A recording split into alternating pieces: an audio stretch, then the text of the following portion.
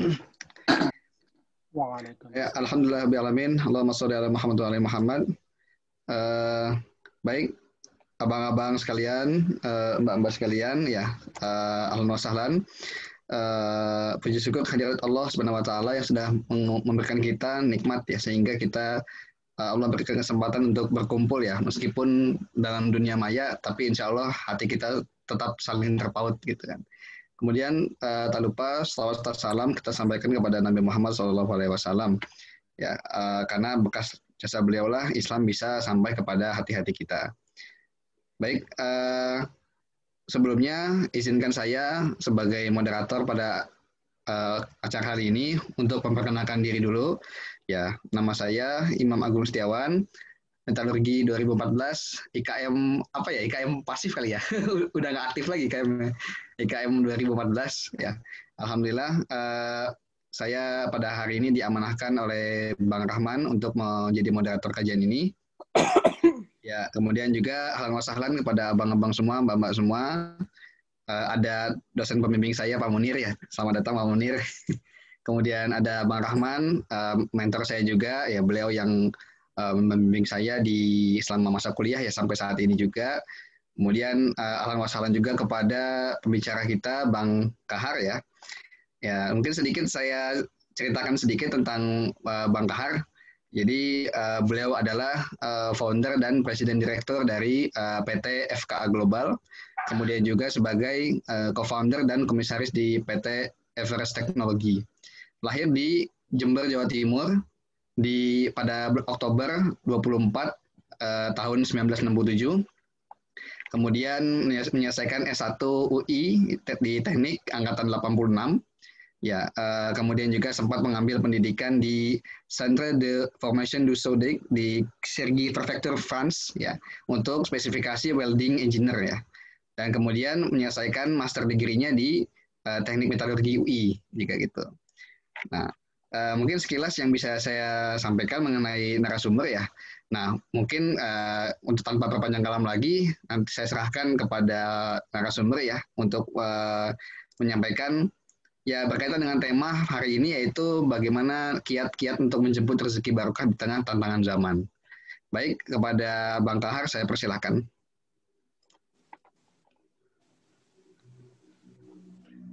Jazakallah khair. Terima kasih atas waktunya. Rekan-rekan semua, para senior, para junior. Assalamualaikum warahmatullahi wabarakatuh. Waalaikumsalam warahmatullahi wabarakatuh. Innal hamdalillah alladzi khalaqa sab'a samawatin tibaqa. Ma tara fi khalqir rahmani min tafawut farji'u fatara hal tara min futur. Wassalatu wassalamu ala Rasulullah sallallahu alaihi wasallam wa ala alihi wa sahbihi wa man da'a bi da'watihi wa tamassaka bi sunnatihi wa jahada fi sabilillah ila yaumiddin. Sadaqallahul adzim wa sadaqa rasul. Pertama-tama tak lupa kita panjatkan segala puja dan puji syukur kehadirat Allah Subhanahu wa taala yang dengan segala nikmatnya, baik nikmat iman, nikmat ihsan, dan nikmat kesehatan yang belakangan ini agak-agak sedikit mahal ya, yang telah mengumpulkan kita dalam kondisi sehat rohani maupun jasmani. Dan tak lupa salawat dan salam hendaknya senantiasa kita lantunkan kehadirat Rasulullah Sallallahu Alaihi Wasallam, qudwah kita, yang dengan syafaatnya insya Allah bisa menyelamatkan kita di dunia wal akhirah. Saya sempat mempersiapkan slide. Mungkin saya akan share.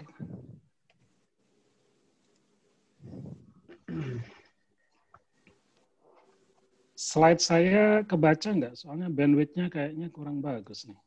Kalau di saya kebaca, Bang. Kebaca semua ya? Iya, kalau kebaca. Baik. Jadi slide sederhana yang cuma ada 14 atau 15 slide. Kemudian mohon izin nanti 4:30 itu biasanya kita waktunya keluarga ya untuk tartilan bersama karena harus saling mengoreksi. Kalau subuh itu biasanya murojaah, setoran, menjelang maghrib tartilan. Jadi mohon maaf, nanti jam 5.30 kita sudahin aja pertemuan kita, insya Allah ta'ala. Jadi mungkin slide ini saya usahakan selesai jam 5:15 lah ya, supaya ada waktu untuk kita saling berdiskusi. Ya, siap. Jadi dasarnya itu adalah dari statement Allah Subhanahu wa taala di Al-Qur'anul Karim surat Jumu'ah ayat ke-10. Bahwasanya mencari rizki itu hukumnya wajib, terutama bagi kita kepala keluarga. A'udzubillahi minasyaitonirrajim. Bismillahirrahmanirrahim. Fa idza qudiyatis sholatu fantashirul fil ardh wabtaghu min fadlillah. Jadi setelah kita laksanakan sholat, maka kita diwajibkan untuk bertebaran di muka bumi untuk mencari fadlillah, rezeki Allah. Jadi berangkat dari berdoa dulu, kemudian dilanjutkan berikhtiar. Orang Itali pun juga menyampaikan ora et labora, berdoa dan berusaha. Yang utama dasarnya itu, dan tak lupa kita diingatkan untuk selalu mengingat Allah, dzakarullah, agar kita termasuk orang yang tuflihun, beruntung. Pandemi ini mendunia ya, berbagai meeting di cancel ya. Seharusnya ini sebagai contoh ya, ada beberapa tiket yang ada di tangan saya, ada yang angus, ada yang bisa dipindah. Karena April itu harusnya ada meeting di Hanover, Juli ada meeting di Vancouver, Oktober ada reguler karena saya berafiliasi dengan berbagai principals di mana mereka punya jadwal meeting, sedangkan Hanover Messe itu adalah kewajiban saya karena komitmen saya terhadap Mbak Dini, teman satu angkatan. Anyway, Allah berkehendak lain. Manusia merencanakan segala sesuatunya dengan persiapan yang dianggap matang, tapi Allah bilang dalam sekejap, bubarkan, ya bubar semua. Ini banyak yang membuat rasa cemas, panik, itu mendarat di hati para pelaku bisnis. Di diskusi-diskusi, baik internasional maupun lokalan, yang namanya rasa cemas, panik, kemudian prinsipal berlaku bersaing dengan partner, kemudian cara mereka nekan partner, dan sebagainya, itu buat saya hanya menunjukkan rasa kecemasan mereka tanpa diimbangi dengan reasoning part dari human behavior. Nah, buat kita umat muslim, sebelum kita ngomongin kecemasan dan apa yang harus dilakukan, saya ingin mengajak untuk, terutama diri saya sendiri dan rekan-rekan semua, melihat hikmah apa yang kita lihat dari pandemi ini. Yang pertama, untuk pertama kalinya puasa dan lebaran dalam kondisi yang berbeda. Sejak saya lahir di muka bumi, baru kali ini kita merasakan yang lain daripada yang lain. Dan itu nikmatnya jauh lebih tinggi dibandingkan berpuluh-puluh kali Ramadan yang pernah saya jalani. Karena apa?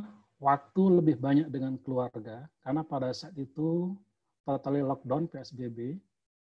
Kemudian biasa saya bikin jamaah khatmil Quran ya, pakai WhatsApp gitu, ngumpulin hasil, ada setorannya. Nah, ini untuk pertama kali semuanya khatam, termasuk yang baru belajar. Dan untuk pertama kali ada 2 orang sampai dengan khatam 5 kali gitu. Dan di Ramadan kali ini itu memaksa kita kepala keluarga itu untuk menjadi imam. Memaksa kita para kepala keluarga untuk menambah hafalan. Dan kita punya waktu untuk itu, untuk mempelajari bagaimana jadi imam, baik imam taraweh maupun imam sholat id, maupun untuk menambah hafalan. Karena sebaiknya at least hafal 15 surat di juz amma. Dan ponakan-ponakan saya yang masih muda-muda, yang biasanya nggak terlalu peduli dengan urusan seperti ini, karena ada salah satu keponakan yang dalam WhatsApp group, dia itu karena profesinya ya, profesi dia itu kepala lab di Rumah Sakit Siloam Semanggi. Kemudian bilang, ya Om Kahar, kalau selesai pandemi ini saya masih hidup aja udah syukur Om. Ya udah kita jalani aja, yang penting perbanyak untuk zikir ilallah dan perbaiki protap kesehatan atau protokol kesehatan. Dan dari situ memacu kita seolah-olah di masa pandemi ini maut itu sangat dekat dengan kita. Kalau orang Jawa bilang tuh kan pagebluk ya. Pagi sakit, sore mati. Sore sakit, besok paginya mati. Nah, itu ada cerita-cerita di orang Jawa zaman dulu yang mungkin di tahun awal 1900-an. Dan hikmah yang paling istimewa itu saya melihat langit yang lebih biru. Bumi sedang bernafas, pesawat nggak banyak, mobil nggak banyak beredar, kemudian lapisan ozon yang udah bolong-bolong udah mulai terisi kembali. Ini contoh yang ada, ini saya salah satu screenshot di pas tanggal 30 Ramadan, itu ada beberapa keponakan yang berhasil, ya karena dia bilang yang satu profesinya hukum, yang satu lagi sales. Mau ngapain lagi, nggak ada klien, nggak ada apa, mendingan saya perbanyak baca Al-Quran, perbanyak sholat sunnah, sewaktu-waktu mati saya punya bekal. Dan kali ini, taman-taman di rumah keponakan-keponakan saya sempatkan untuk berkunjung, itu lebih tertarapi langit dan juga lebih biru. Oke, itu adalah hikmah-hikmah yang ada. Cuman kita juga harus lihat bahwasanya juga ada keterbatasan-keterbatasan yang membuat cemas dan panik para pelaku usaha. Adanya travel ban, adanya work from home yang membuat ekonomi turning down, dan saya kira ekonomi hampir mayoritas di dunia ini turning from bad to worse.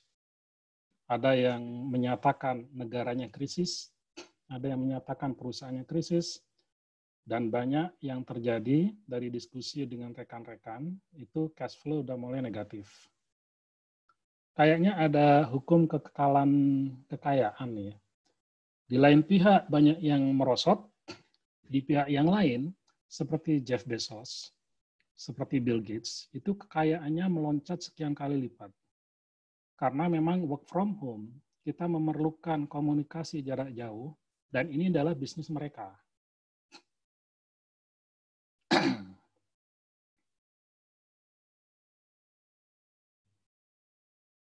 Nah, jadi dasar dari renungan kita saat ini itu adalah bagaimana mengisi PSBB seri transisi yang kedua ini untuk memperbaiki kinerja kita, baik kinerja hati maupun kinerja akal pikiran kita.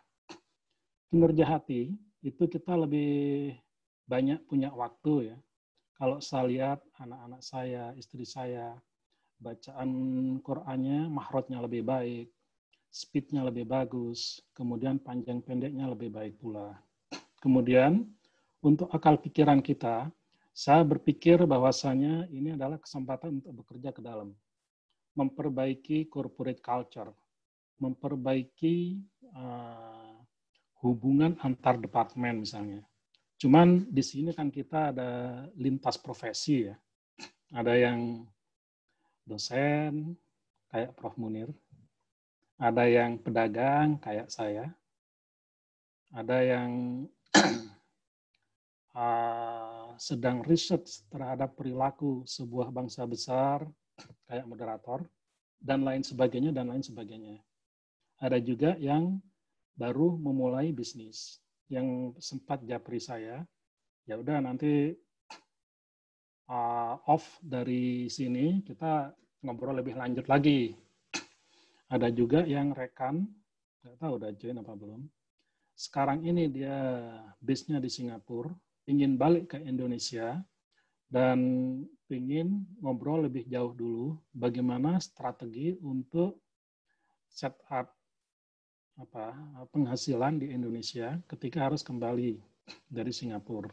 Padahal di Singapura saya kira bisnisnya udah cukup established dan sebagainya dan sebagainya. Sehingga mungkin tipe sharing kali ini agak terbuka nantinya.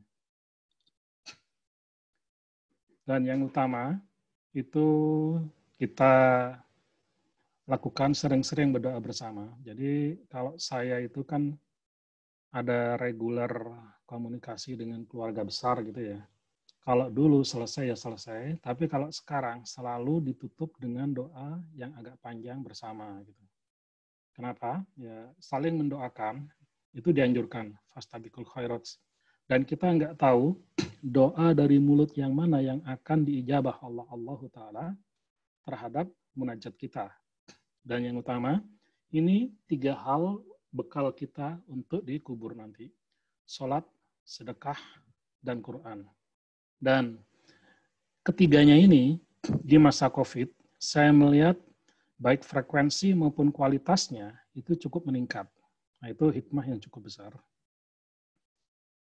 Kemudian bagaimana cara menjalankan bisnis di masa-masa COVID ini? Saya sempat berdiskusi ya, karena saya biasa langganannya itu kalau haji atau umroh selalu pakai tazkiyah, dan seringkali melakukan diskusi dengan Pak Haji Muhammad Syafi'i, Antonio. Ini adalah catatan dari beliau, 10 catatan penting yang baik di masa COVID maupun nggak di masa COVID perlu dicamkan gitu ya. Yang pertama, dalam bekerja sama harus honestly, harus jujur dan terbuka. Yang kedua, jangan pernah berhenti untuk belajar. Dan juga jangan pernah berhenti untuk mencoba sesuatu walaupun itu masih dalam konsep. Dan yang ketiga, setiap kerjasama, kesepakatan, baik antar kita dengan partner atau kita dengan customer, itu hendaknya selalu menerapkan kesepakatan yang win-win. Jangan sampai merugikan customer, atau sebaliknya, customer memaksa kita untuk menjalani bisnis, kemudian kita rugi. Yaitu beberapa kali terjadi ya, misalnya project molor, ya karena kekurangan pintaran kita. Tapi sebaiknya kita selalu belajar dari pengalaman kita sendiri maupun pengalaman orang lain, sehingga melangkah bisa lebih hati-hati. Kemudian dalam bekerja, membuat skala prioritas. Skala prioritas, misalnya pekerjaan kita banyak. Yang mana yang paling mudah dikerjakan dan yang mana yang menghasilkan profit paling tinggi. Sehingga kita melakukan skala prioritas dengan red box strategy. Kalau di Greg Winard, masalah dalam pekerjaan itu selalu datang. Makanya ketika work from home, banyak staff saya bilang, ternyata pekerjaan saya jauh lebih banyak, Pak. Kita pagi udah harus meeting, karena dari Melbourne atau dari Perth, itu jam kerjanya lebih awal dari kita. Sementara dari Belanda atau dari Dublin, itu ngajakin meeting udah lewat dari jam 9. So, what do you do? Ya, kita harus jalani. Kamu bekerja jangan cuma bekerja keras, tapi juga bekerja smart. Bikin skala prioritas, yang mana kadangkala kamu harus bisa berkata tidak dengan lebih profesional. Nah, jadi red box strategy dari Greg Winard, kita menghadapi masalah 5 bersamaan. Ini harus kita 5 jangan lihat di sini, tapi lihatnya begini. Sehingga masalah yang kita lihat pertama adalah selesaikan dulu yang ini lupakan. Selesaikan lagi yang ini, Karena di masa pandemi, untuk katakanlah level engineer, itu masalah datang bersamaan. Project sedang jalan, ngasih training internal, dan sebagainya, dan sebagainya. Sementara kalau di bisnis digital, yang namanya project itu kita tidak harus datang ke klien. Sekarang ini kita sedang menjalankan 3 project ya, rekan-rekan saya. Satu di Chandra Asri, satu di Chevron, satu lagi di Forte. Nah, ada beberapa orang yang overlapping megang 2 project atau kalau satu project gampang. Nah, itu saya sarankan bahwasanya menerapkan skala prioritas dengan baik dengan red box strategi. Kemudian kiat yang kelima, tidak melakukan monopoli. Fair. Sedangkan tidak melakukan monopoli, kalau di Eropa itu ada badan atau ada jurinya lah, antitrust. Sebagai contoh, ketika Air Liquide mau akuisisi BOC, di mana waktu itu Air Liquide adalah ranking 1 dengan market share 23%, BOC ranking 2, 21%. Nah, kalau BOC diakuisisi oleh Air Liquide 44%. Antitrust melakukan ketok palu, nggak boleh. Air Liquide nggak boleh beli BOC. Akhirnya yang dibeli oleh Linde. Sebagai contoh kayak gitu. Cuman kalau di sini mungkin badan regulasinya nggak terlalu ketat. Sehingga ini memungkinkan terjadi. Ya, kita sendiri yang berusaha untuk tidak melakukan monopoli. Karena ini termasuk hal yang selalu berusaha dan tawakal. Berusaha tetap, kadangkala hasilnya tidak kita harapkan. Sebagai contoh, ya zaman sekarang, cash itu agak langka. Pembayaran hal yang reguler kita hadapi. Tim saya, ketika saya minta sejak mulai Maret, April, Mei, follow up account receivable dari semua tagihan beberapa 9, sekian miliar, yang confirm mau bayar itu hanya 7 miliar. Itu pun duitnya belum terima.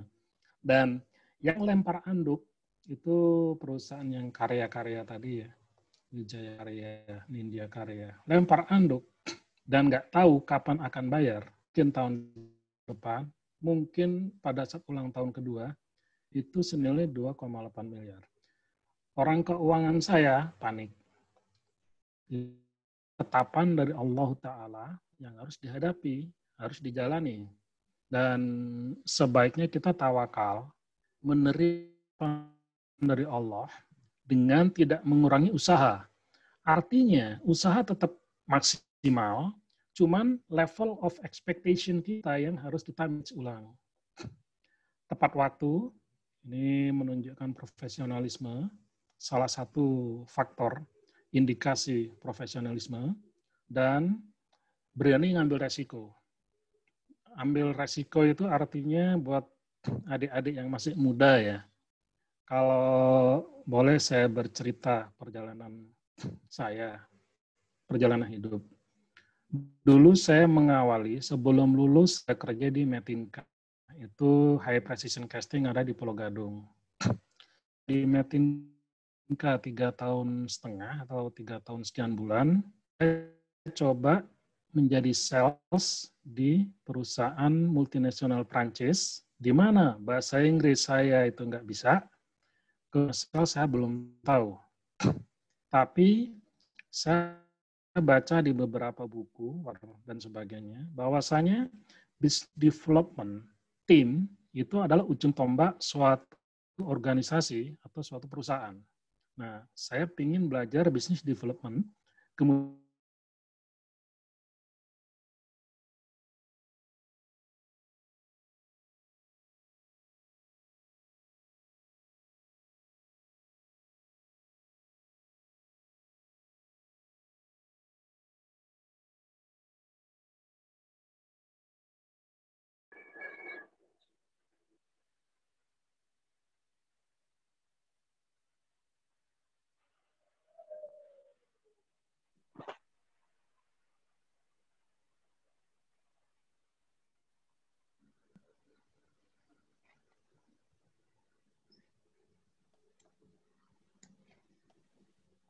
Halo? Ya, halo Bang. Bagus nggak? Iya, agak sedikit terhambat tadi. Oke. Oke, oke. Oke, siap. Udah Iya, muncul nggak tahu lagi. kenapa. Tiba-tiba hilang. Oke. Dan saya kira yang lain nggak terlalu perlu diambil nggak perlu didetailkan gitu ya. Ini kiat-kiat buat kita yang pelaku usaha ya, atau menjalankan perusahaan. Kiat-kiat, 5 kiat ini yang saya terapkan di awal-awal COVID dulu, di awal April gitu. Begitu saya ada kesempatan, saya kumpulkan untuk kita diskusi secara bersama gitu ya, di level manajemen dan engineer. Manajemen, manajer, artinya direktur, manajer, dan engineer. Dan 5 kiat ini yang utama yang kita terapkan. Yang pertama, periksa ulang kondisi keuangan. Karena cash flow itu adalah darah perusahaan. Dan pastikan bahwasanya kita memahami banget apa posisi kita. Posisi liquidnya, sampai kapan akan bertahan. Sehingga kita bisa prediksi, kita akan bertahan hanya 3 bulan, atau 4 bulan, atau 5 bulan. Dan sebelum masa akhir itu, kita udah membuat antisipasi. Yang kedua, periksa status aset dan hutang. Karena ada beberapa aset yang mungkin bisa dipakai untuk nutup hutang. Atau ada beberapa, katakanlah, aset yang berupa tagihan invoice ke customer yang bisa di-cash-kan. Gitu ya. Jadi kita menjual invoice itu ke pribadi atau badan, di mana ini jelas ada invoice, kemungkinan jatuh temponya menggunakan SKBDN katakanlah 120 hari, saya bersedia untuk bagi hasil sekian. Nah, yang kayak gini ini cukup jalan di beberapa badan ya. Business plan dibikin baru, kayak promosi, webinar sekarang pakai seminar. Seminar sekarang pakai webinar. Sebelum masa pandemi, kita biasanya itu mengadakan seminar di hotel-hotel ya, bintang 4 atau bintang 5, itu setahun 7-10 kali. Kemudian marketing, biasanya ada tim account manager yang regularly berkunjung ke customer. Dari hasil seminar, kemudian dari generating lead. Nah ini marketing harus pakai digital. Kemudian pola pengeluarannya direview. Direview yang mana yang primer tetap jalan. Sehingga yang utama itu gaji karyawan jangan pernah terlambat. Yang mana yang sekunder, tersier, kalau bisa ditunda-tunda, kalau bisa di-cancel, cancel. Kemudian berbagai macam bentuk investasi, karena situasinya saat ini cash itu adalah the king. Jadi kalau ada cash, jangan terlalu mudah diobral gitu. Dan mitigasi manajemen risiko. Dalam hal mitigasi manajemen risiko, ini dari tim perusahaan agak kurang mumpuni, sehingga saya itu memutuskan, oke, kita berkolaborasi dengan perusahaan lain, harus membayar, ya nggak apa-apa kita bayar, supaya kita lebih tahu pattern-nya nanti akan seperti apa. Dan menurut saya, mulai dari April, Mei, Juni, Juli, itu adalah waktu yang tepat untuk membuat struktur baru, membuat perubahan. Managing change itu harus dipublikasikan ke semua tim. Ada 2 perusahaan di sini ya, FKA Global dan Everest, di mana dalam hal managing change itu terjadi banyak restriction. Karena banyak karyawan yang khawatir dan sebagainya. Anyway, segala bentuk restriction yang tetap kita terima, kemudian kita ajak dialog. Ada kalanya yang nggak bisa ya terpaksa. Tapi kalau dia kasih pengertian, diajak dialog bisa berjalan, maka insya Allah akan jalan tetap baik. Kemudian dari situ itu kita lakukan dialog secara rutin setiap minggu mengenai kelima hal ini. Berikut forecasting dan outlook perusahaan. Dan yang mengejutkan, itu pada saat bulan Juli, kita lakukan mid-year review, tim ternyata itu tetap mencanangkan growth perusahaan di 40-50%. Saya cukup terima kasih terhadap tim, dan dialog tetap berjalan, dan saya nggak percaya gitu aja terhadap rencana growth itu, sehingga perlu review setiap 2 minggu. Sampai saat ini tetap masih direview dan under control. Nah, kondisi saat ini atau minggu lalu, kita itu kan ceritanya mulai Agustus baru mau ngegas lagi. Baru mulai meeting-meeting dengan customer. Walaupun nggak meeting di kantor ya. Tapi udah mulai meeting di restoran-restoran yang outdoor misalnya.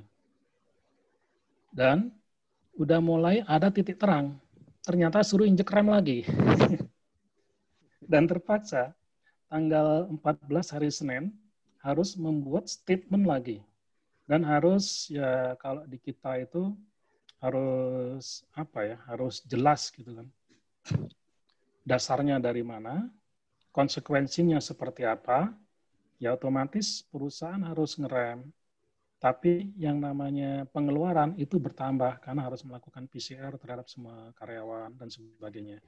Nah, yang kayak gini membuat kita berpikir ulang, restrukturisasi dari bisnis plan ulang, dan sebagainya, dan sebagainya.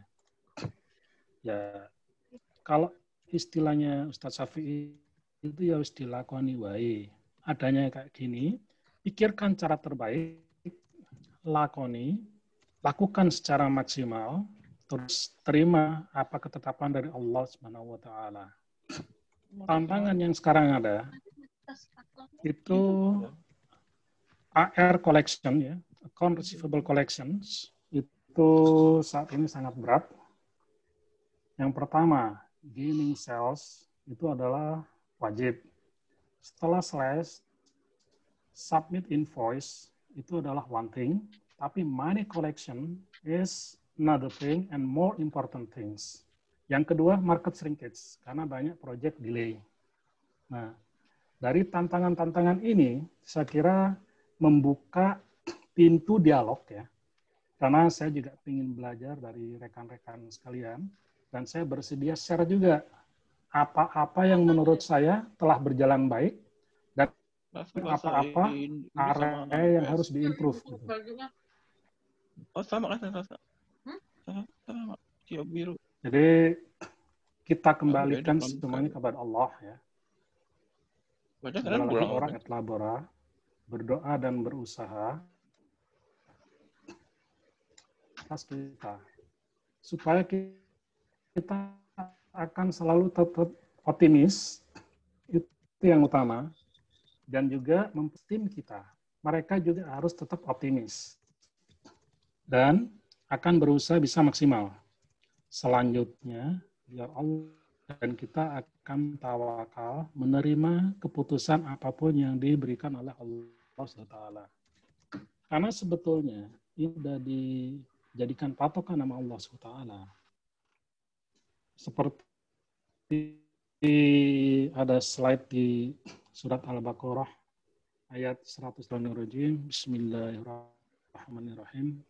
وَلَنَبْلُوَنَّكُمْ بِشَيْءٍ مِّنَ الْخَوْفِ وَالْجُوعِ وَنَقْصٍ مِّنَ الْأَمْوَالِ وَالثَّمَرَاتِ وَبَشِّرِ الصَّابِرِينَ الَّذِينَ إِذَا أَصَابَتْهُم مُّصِيبَةٌ قَالُوا إِنَّا لِلَّهِ وَإِنَّا إِلَيْهِ رَاجِعُونَ. Sesungguhnya kami akan menguji kamu dengan sedikit perasaan takut.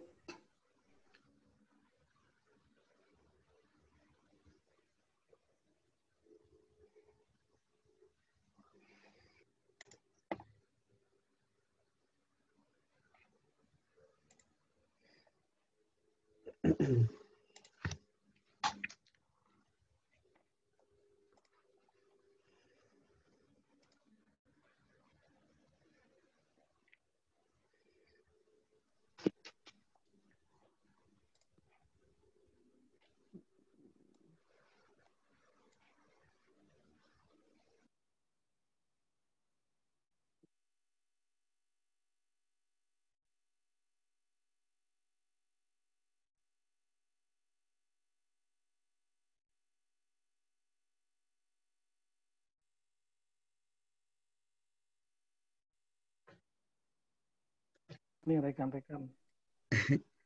Iya banget. Kayaknya internet saya di rumah agak jelek nih kali ini. Di rumah itu ada dua ya, dari Linknet dan dari IndiHome. Nah, Linknetnya ada masalah. Kalau IndiHome itu kan kecil. Oh, iya. Baik, Nggak, Bang. selanjutnya mungkin kita ngobrolin segmen bisnis ya, line of business. Ada beberapa bisnis yang cukup sakti gitu ya. Sakti artinya di masa-masa COVID ini justru bisnis ini nggak kena dampak, ada juga yang justru naik. Sebagai contoh usaha jasa kesehatan maupun produk-produk kesehatan. Sampai berbondong-bondong usaha jenis bisnis yang ketiga ini, ada seorang rekan, dia itu pemilik beberapa restoran ya, baik di Jalan Senopati maupun Kemang Raya. Begitu COVID, ternyata dia mencari rezeki dari sektor yang ketiga ini, dan itu melejit gitu. Ya, Allah menakdirkan dia mendapatkan kekayaan dari sektor yang nomor 3. Jadi ini adalah 5 bisnis yang saat ini tetap bertahan di saat krisis. Yang pertama adalah food and beverage. Food and beverage itu dianggap salah satu sektor bisnis yang tahan banting di saat krisis, karena walaupun bagaimana orang tetap perlu makan, dan ada kalanya zaman sekarang ini orang itu cari praktisnya. Kalau dulu, sorry saya kira saya nggak pakai video ya, biar penggunaan bandwidth-nya ngirit. Kalau dulu itu setiap orang harus masak. Kalau di kampung saya di Jember, itu kalau makan ke restoran atau beli dari restoran dianggap pemalas gitu. Sekarang itu kebalik trennya. Orang cari praktisnya. Masak, ada repotnya dan sebagainya, udah pesan GoFood aja. Nah, di beberapa skala bisnis food and beverage justru saat ini cukup meningkat. Dan nggak cuman itu, menurut saya bisnis di sektor makanan dan minuman juga dianggap tidak membutuhkan modal yang relatif besar. Modalnya sedang-sedang aja, tenaga kerja juga nggak terlalu banyak, nggak terlalu skill, tapi kualitas kita harus kontrol dengan margin laba yang cukup besar. Perputaran arus kasnya ini cash. Dan beberapa faktor tersebut membuat bisnis food and beverage saya kira sulit menjadi korban dari krisis besar. Dan kita lihat ya, rekan-rekan metalurgi udah mulai banyak ya yang main di bisnis food and beverage ini. Yang kedua, bisnis di usaha kebutuhan bahan pokok. Ini serupa dengan bisnis food and beverage. Bahan pangan pokok merupakan salah satu kebutuhan primer di masyarakat kita, dan ini sulit diabaikan dalam kondisi apapun. Ada tetangga ya, dia itu buka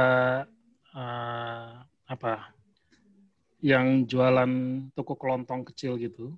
Justru di masa saat ini dia punya kreatif, dia pasang nomor WhatsApp, kemudian dia bikin WhatsApp group, dan dia selalu update apa-apa harga barang yang umum ya, kayak beras tipe ini, telur, gula, dan sebagainya.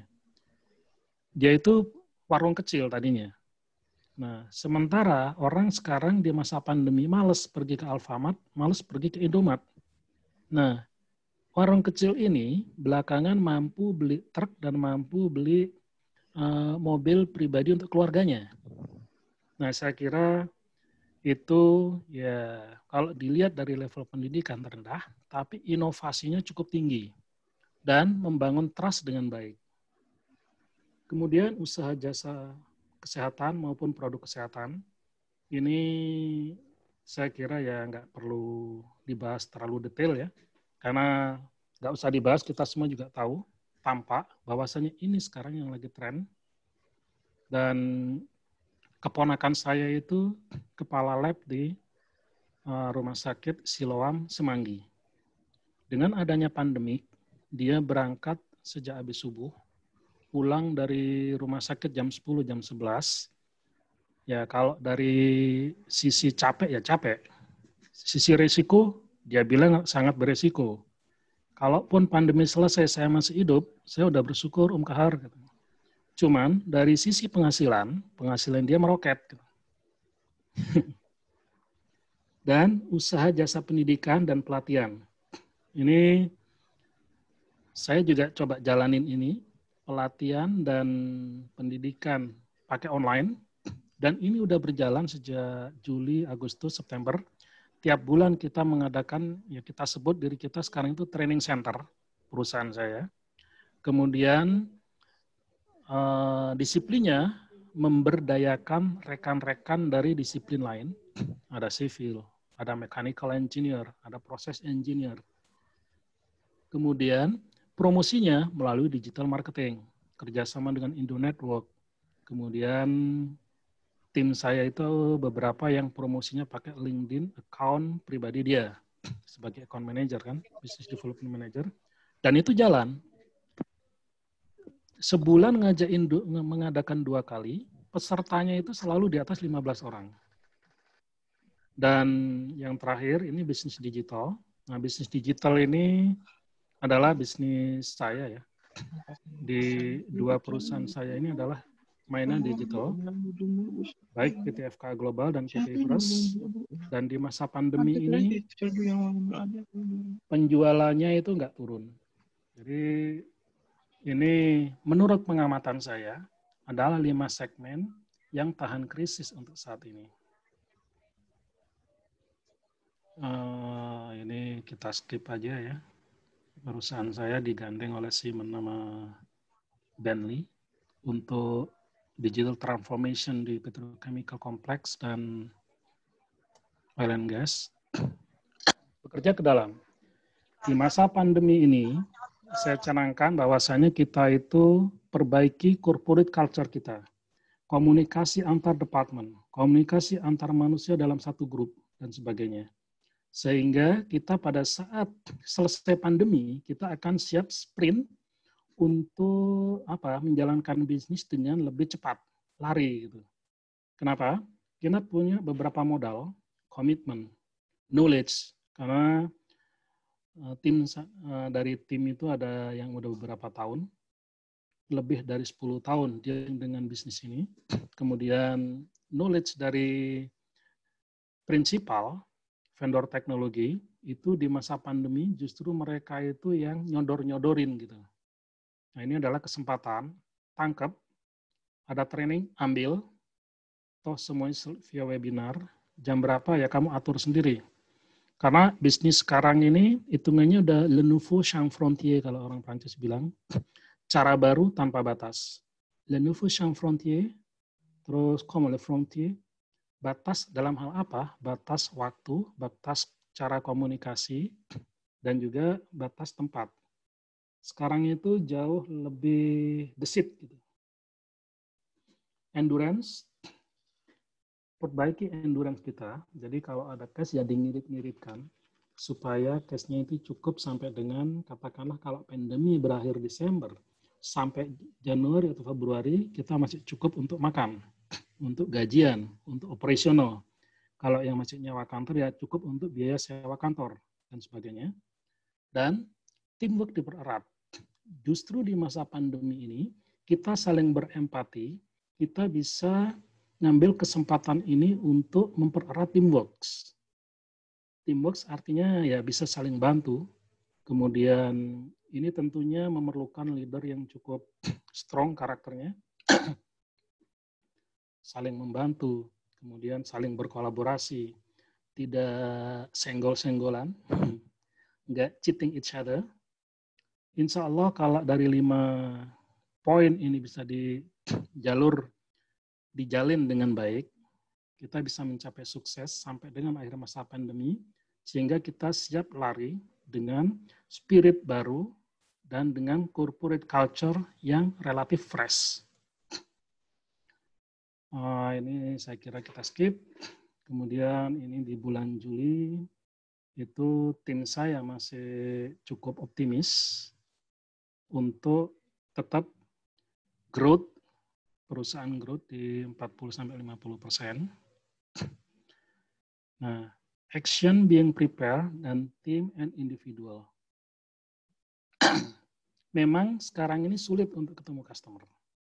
Tapi saatnya ini buat kita adalah untuk bermuhasabah diri.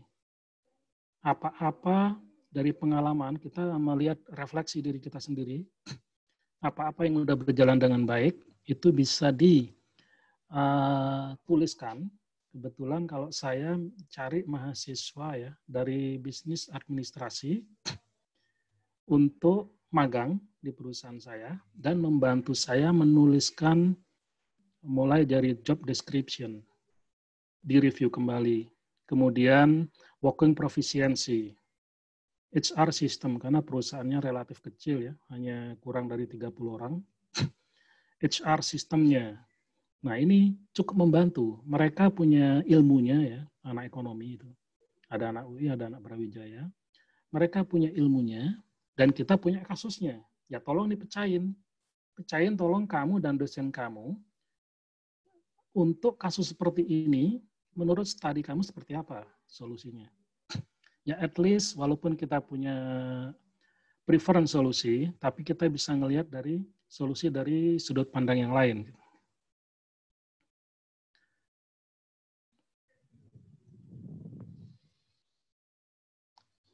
Dan rencananya kita akan IPO di tahun 2022 ya. Dan di saat pandemi ini kita juga akan membangun software lokal karena kesempatan yang sangat baik, project masih jalan, study case masih ada, roadmap kita pahami, sehingga untuk membangun software lokal itu memungkinkan. Saya kira itu aja ya sharing dari saya. Mohon maaf karena kita di sini semua adalah lintas profesi. Mungkin ada yang agak kurang berkenan, tapi ada juga yang memang titip pesan ke saya secara japri. Saya ingin tahu dong, tolong bikin studi kasus usaha inti. Mohon maaf kurang lebihnya. Jazakallah khairan katsira atas perhatiannya. Billahi taufiq wal hidayah. Wassalamualaikum warahmatullahi wabarakatuh. Silakan moderator. Ya, Waalaikumsalam warahmatullahi wabarakatuh. Terima kasih kepada Bang Kahar ya sudah memberikan pemaparannya ya. Terutamanya tema tentang berkaitan bagaimana kiat-kiat ya supaya bisa survive bisnis dalam masa pandemi ini. Baik, mungkin sebelum saya buka sesi tanya jawab ya atau mempersilakan teman abang-abang atau mbak-mbak sekalian untuk bertanya, sedikit saya review lagi tadi beberapa hal. Tadi yang sudah saya review sebelumnya mungkin saya tambahkan beberapa hal ya.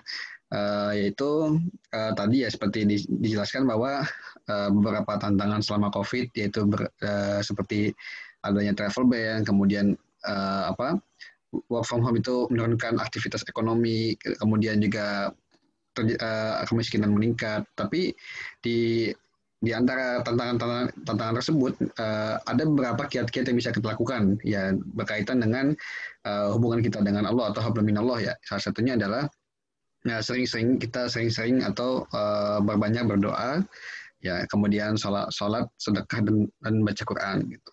Nah, kemudian juga Bang Kahar tadi menyampaikan ya bahwasannya beberapa kiat seorang muslim dalam berdagang ya tadi sudah disampaikan, yaitu jujur ya, kemudian mempermudah urusan, tidak menimbun barang, tidak menipu dan tidak curang, dan menjauhi riba. Dan beberapa poin yang disampaikan bisnis ala Nabi ya yang mengutip dari Ustadz Syafi Antonio, yaitu saat bekerja sama, kemudian kerja pintar, kreatif, visioner, mencari solusi atau kesepakatan yang win-win solution, kemudian juga menentukan skala prioritas pekerjaan, tidak memonopoli sesuatu, tepat waktu dan berani mengambil risiko, dan jangan lupa untuk selalu ikhtiar dan tawakal. Nah, kemudian juga pada masa pandemi ini adalah waktu yang bagus ya bagi setiap perusahaan ataupun bisnis untuk pertama memeriksa kondisi keuangan masing-masing, periksa status aset dan hutangnya, dan kemudian melakukan pembuatan bisnis plan baru ya selama pandemi ini dan juga untuk setelah pandemi berlalu supaya supaya bisa melompat lebih jauh gitu. Kemudian juga catat pola pengeluaran dan lakukan manajemen risiko. Nah, dan kemudian yang lebih penting lagi adalah kita harus memperbaiki mentalitas kita. Bahwasannya kita nggak boleh lupa sebagaimana Allah Subhanahu wa taala sampaikan ya di Al-Baqarah bahwa kita pasti akan diuji oleh Allah Subhanahu wa taala. Baik itu berupa ketakutan karena kekurangan harta benda, kemudian kecemasan gitu ya. Tapi yang harus kita lakukan adalah sebagaimana Allah bersabda, kita harus berkata kepada Allah Subhanahu wa taala, innalillahi wa inna ilaihi rajiun, bahwa kita ini pasti punya Allah dan kita akan kembali pada Allah. Seperti itu. Dan yang terakhir adalah perbaiki komitmen kita dalam perusahaan kita, dalam bisnis kita, supaya kita memiliki endurance yang bisa tahan selama pandemi dan bisa tahan selama untuk melompat ke depan berikutnya. Kemudian juga perbaiki teamwork-nya sehingga kita bisa mendapatkan kesuksesan. Ya, baik, mungkin sekian review dari saya ya. Nah, baik, mungkin saat ini saya bisa langsung buka ya. Silakan pada abang-abang semua ya yang ingin discuss atau mau sharing ya sama Bang Kahar, langsung aja mungkin dinyalakan speakernya ya, mic-nya ya, langsung aja berbicara gitu ya. Silakan.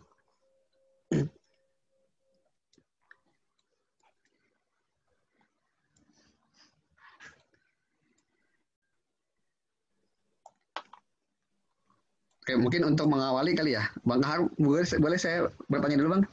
Boleh, silakan. Oke, mungkin untuk mengawali ya. Gini Bang, saya ini kebetulan ya, alhamdulillah ya, mungkin ya takdir Allah Subhanahu wa taala menempatkan saya belum pada pekerjaan sebagai engineer ya. Tapi saya alhamdulillah Allah tempatkan di satu tempat yang masih survive dalam pandemi tadi ya, di bidang jasa pendidikan ya, seperti tadi saya bilang. Nah, memang kalau boleh saya cerita sedikit, jadi memang kita ini bersifat masih startup ya. Jadi kami ibaratnya kalau dari segi usia kami September ini baru menginjak 1 tahun lah. Nah, dan kalau boleh dibilang ya namanya startup dan kita mulai di awal itu pasti ibaratnya lika-likunya banyak lah gitu ya. Termasuk salah satunya mungkin seperti mungkin dari ibaratnya secara segi struktural ya yang ibaratnya di paling atas gitu ya, karena startup mungkin pimpinan ke bawah gitu mungkin tetap banyak gitu ya sebagai pimpinan kepada bawahan gitu. Tapi pada satu sisi yang di bagian bawah gitu kan, karena dia kerja lapangan, bertemu dengan customer, kemudian merumuskan berbagai hal gitu, karena itu mungkin ada sedikit gap gitu antara bagaimana sih yang di atas memahami yang bawah. Nah, mungkin Bang Kahar sendiri bisa memberikan sedikit pencerahan gitu. Bagaimana sih kira-kira saran-saran untuk yang startup gitu loh. Nah. Baik, mungkin dari pengalaman saya ya, karena saya starting 3 perusahaan di bidang yang relatif sama, 3-tiganya itu di bidang teknologi digital. Nah, yang pertama itu kita sebagai pimpinan harus memilih ide awal dan ide baku, dan udah tahu apa-apa variabel yang diperlukan, bagaimana cara menjalani, kemudian setup milestone. Nah, perkara nanti dalam perjalanan ada friction, ada diskusi yang relatively up and down gitu ya. Ada spirit yang kadang-kala up and down juga dari tim. Tapi kita udah punya satu track yang kita siapin. Nah, ya selanjutnya tinggal lakoni baik. Saya kira dari 3 startup yang kita jalankan itu 3-tiganya masih berjalan hingga saat ini. Salah satunya itu udah ada yang omsetnya per tahun sekarang itu udah 100 miliar. Tahun lalu itu jualannya udah 102 miliar. Dan di masa pandemi ini mungkin agak turun, tapi nggak terlalu anjlok. Mungkin turun 20, maksimal 25%. Nah, yang utama, memang titik kritisnya itu 3 tahun pertama. Setelah jalan 3 tahun, baru kita bisa identifikasi, wah ini bakalan merosot terus. Bagaimana cara bounce back-nya? atau 3 tahun pertama meroket. Nah, kayaknya insya Allah nih aman nih. Tinggal bagaimana membuat penyangga-penyangga untuk mempertahankan growth supaya sustainable. Nah, dari situ saya kira ya Anda sendiri yang akan menjadi yang akan diagnosa, analisa, ambil keputusan.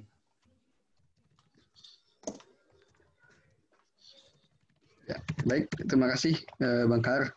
Mungkin nanti ya kita bisa discuss lagi Bang, bisa lebih private discuss Bang. Iya, insya Allah banyak yang bisa saya dapatkan dari Abang, insya Allah ilmunya nih, insya Allah. Insya Allah. Iya, baik Mbak Abang lagi sekalian yang ingin discuss atau sharing, silakan. Masih terbuka waktunya, masih ada 15 menit lagi. Langsung saja dinyalakan mikrofonnya.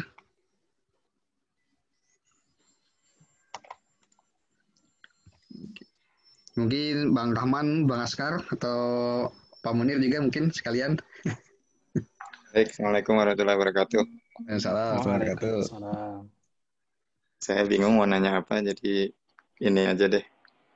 Mendukung apa yang sudah disampaikan oleh Bang Kahar. Suhu saya ini. Insya Allah. Suhu saya. Di pekerjaan dan di lapangan. Terima kasih banyak, very appreciated, Prof. Ya, jadi kalau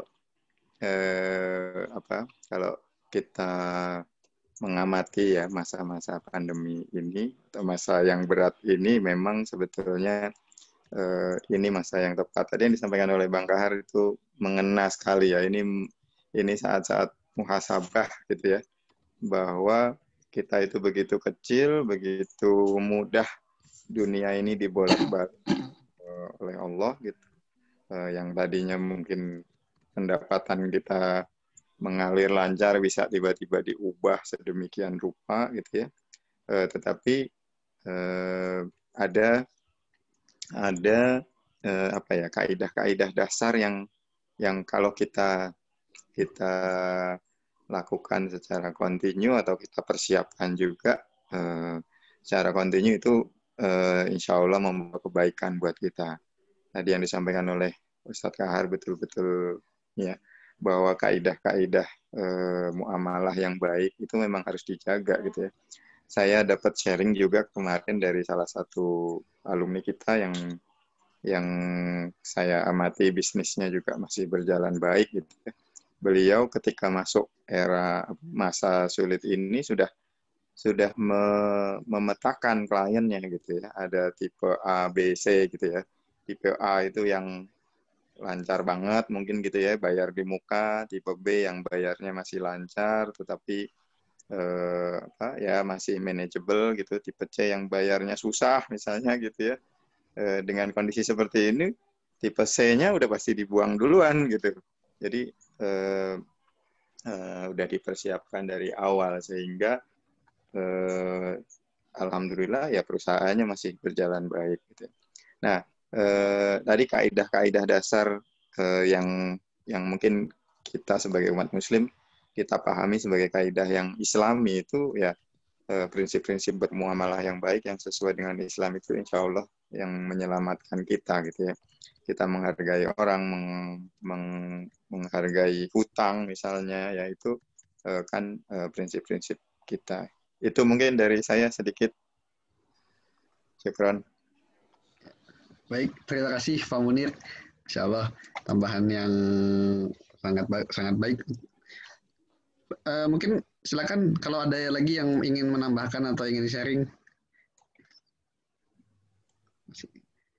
Insya Allah tambahan-tambahannya juga bermanfaat lah. Siapa tahu dari tambahan-tambahan itu bisa men-trigger sesuatu, ya kan? Bisa men-trigger bahasan-bahasan lainnya.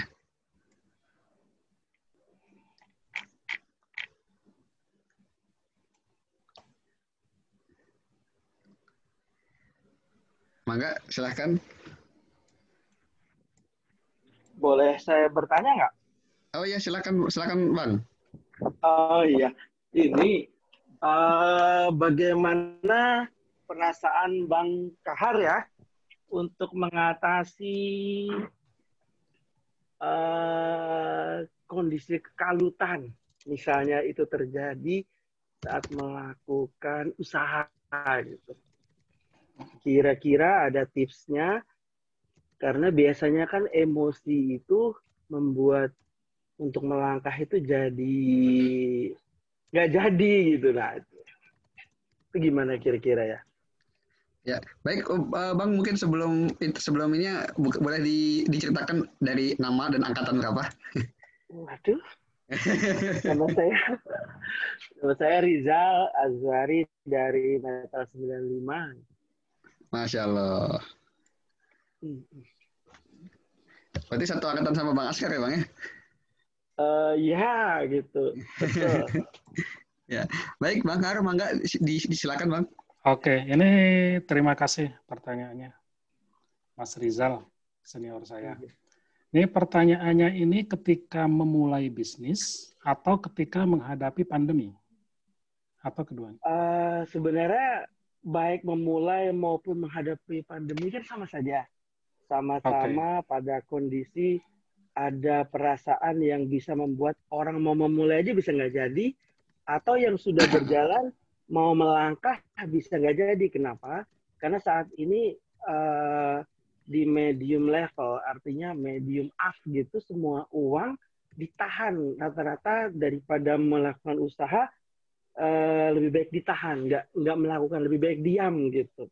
Karena pas melakukan usaha bisa jadi malah negatif hasilnya. Nah, itu salah satu gambaran kondisi yang saya lihat dari beberapa pendapat perbankan gitu.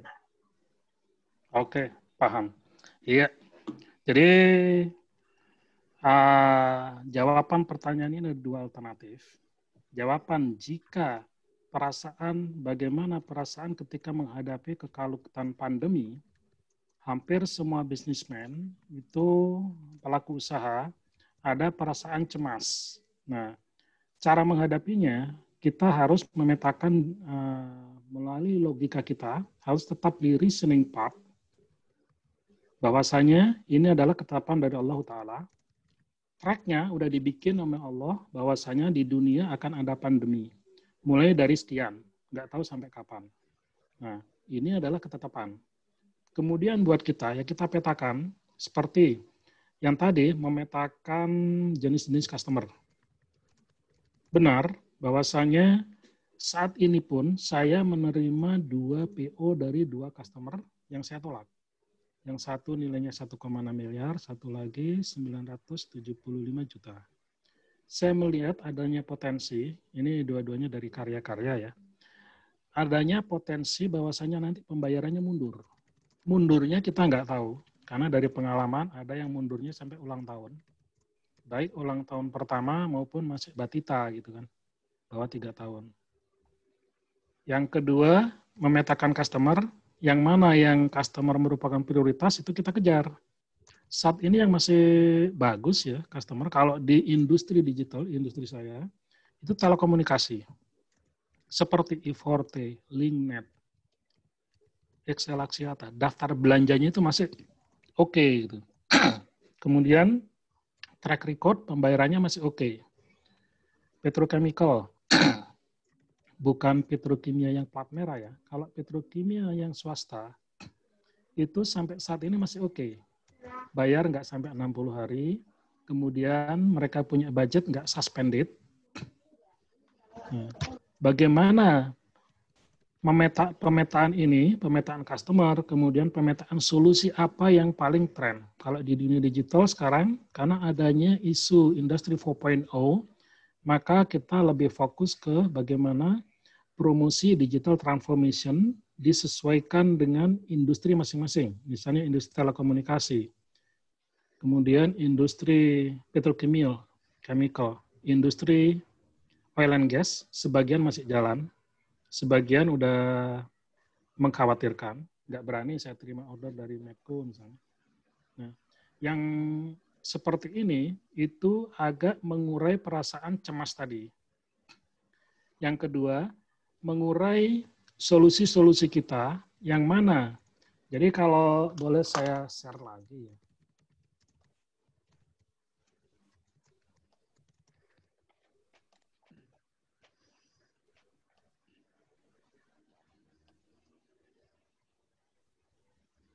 Nah, ini adalah industri yang kaitannya, pangkalnya nanti adalah solusi yang akan kita figure out terhadap para masing-masing industri ini.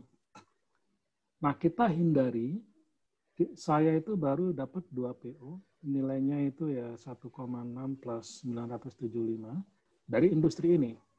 Nah, ini saya takut. Sehingga saya kirim surat balasan mohon maaf dengan sebaik-baiknya ya. Supaya orang ya kecewa pasti tapi nggak terlalu marah. Kemudian solusi yang mana yang paling memungkinkan? Nah, itu yang membuat tim saya, tim teknik, kan ada tim sales, ada tim teknik. Tetap mereka itu sibuk. Gitu. Kita bikin sibuk, kita uraikan kenapa kamu harus sibuk, sehingga nanti ini adalah kesempatan buat kamu untuk membangun solusi terbaru karena pengalaman dari kondisi COVID ini. Silakan kamu cari software developer-nya yang paling bagus dari mana, kemudian ajukan proposalnya, dan ya, semua struktur-struktur kiat-kiat untuk menjalani dan membuat mereka tetap sibuk di masa pandemi, saya kira mereka jadi tetap optimis, dan saya juga merasa perasaan takut tadi hilang, perasaan cemas berkurang, tapi akan lebih terstruktur bahwasanya saya punya roadmap perjalanan, September harus ngapain, Oktober harus ngapain, sampai dengan bulan Maret. Itu aja saya kira jawabannya, Mas. Terima kasih. Ya, terima kasih Bang Kahar. Gimana Bang Rizal, sudah cukup jawabannya? Atau masih mau nanya lagi Bang? Terima kasih banyak atas masukannya. Ya sharing yang baik lah untuk jadi masukan buat saya. Ya baik, ya masih ada waktu. Kira-kira satu pertanyaan lagi, mungkin satu kali diskus lagi. Oke. Ya, baik. Kalau misalnya tidak ada, mungkin karena waktu 4 menit lagi tadi Bang Kahar sudah menyampaikan ya bahwa jam 5:30 tadi beliau sudah harus ada kegiatan lagi.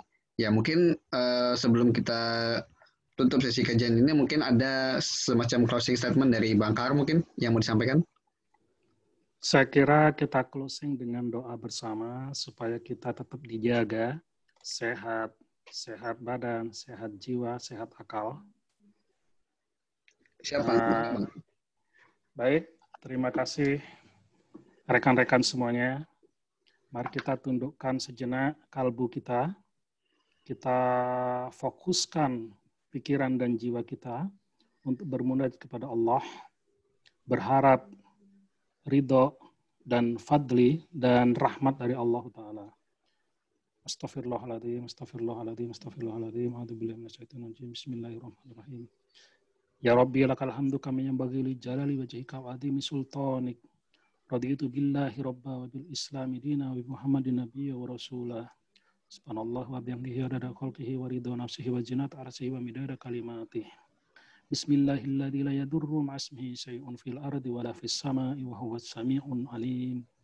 Bismillahilladzi la yadurru ma'asmihi syai'un fil ardi wa la fis sama'i wa huwas sami'un alim.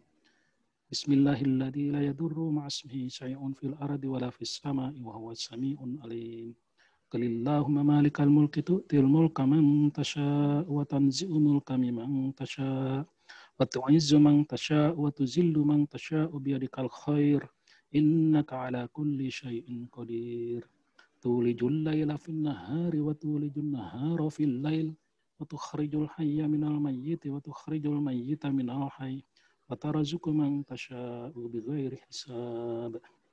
Allahumma innaka ta'lamu anna hadhil qulub qad ijtamat ala mahabbatik wal taqad ala ta'atik wa tawahadat ala da'watik wa ta'ahadat ala nusrati syari'atik fawashik Allahumma rabbi tattaha wa addim muddaha wahdiha subulaha wamla'ha binurika alladhi la yahbu washrah suduruha bifaidil imani bik wa jamili tawakkulli alaik wahyiha bima'rifatik wahyiha bima'rifatik wahyiha bima'rifatik wa amitha ala syahadati fi sabilik innaka ni'mal maula wa ni'man nasir.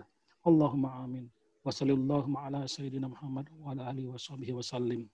Walhamdulillahi rabbil alamin. Wassalamualaikum warahmatullahi wabarakatuh. Waalaikumsalam warahmatullahi wabarakatuh. Baik, abang-abang sekalian, mbak-mbak sekalian, terima kasih atas kehadirannya pada sesi kajian Illuminate hari ini. Semoga apa yang sudah disampaikan oleh Bang Kahar tadi menjadi inspirasi bagi kita semua dan menjadi pelecut semangat kita untuk kembali memuhasabah diri dan memperbaiki diri kita sendiri. Nah, dan jangan lupa bahwasanya kita berdoa mudah-mudahan Allah Subhanahu wa taala selalu memberikan kita kesehatan, keselamatan dan juga memberikan kita iman dan Islam kita. Baik, dengan berakhirnya sesi penyampaian dari Bang Kahar, maka kajian hari ini sudah selesai. Saya sebagai moderator mengucapkan terima kasih yang sebanyak-banyaknya kepada para peserta sekalian yang sudah hadir. Apabila ada kekurangan ataupun kesalahan dari saya mohon maaf yang sebesar-besarnya. Baik, saya tutup sesi kajian pada kali ini. Terima kasih sekali lagi. Assalamualaikum warahmatullahi wabarakatuh. Assalamualaikum warahmatullahi wabarakatuh. Terima kasih, abang-abang semua, mbak-mbak semua.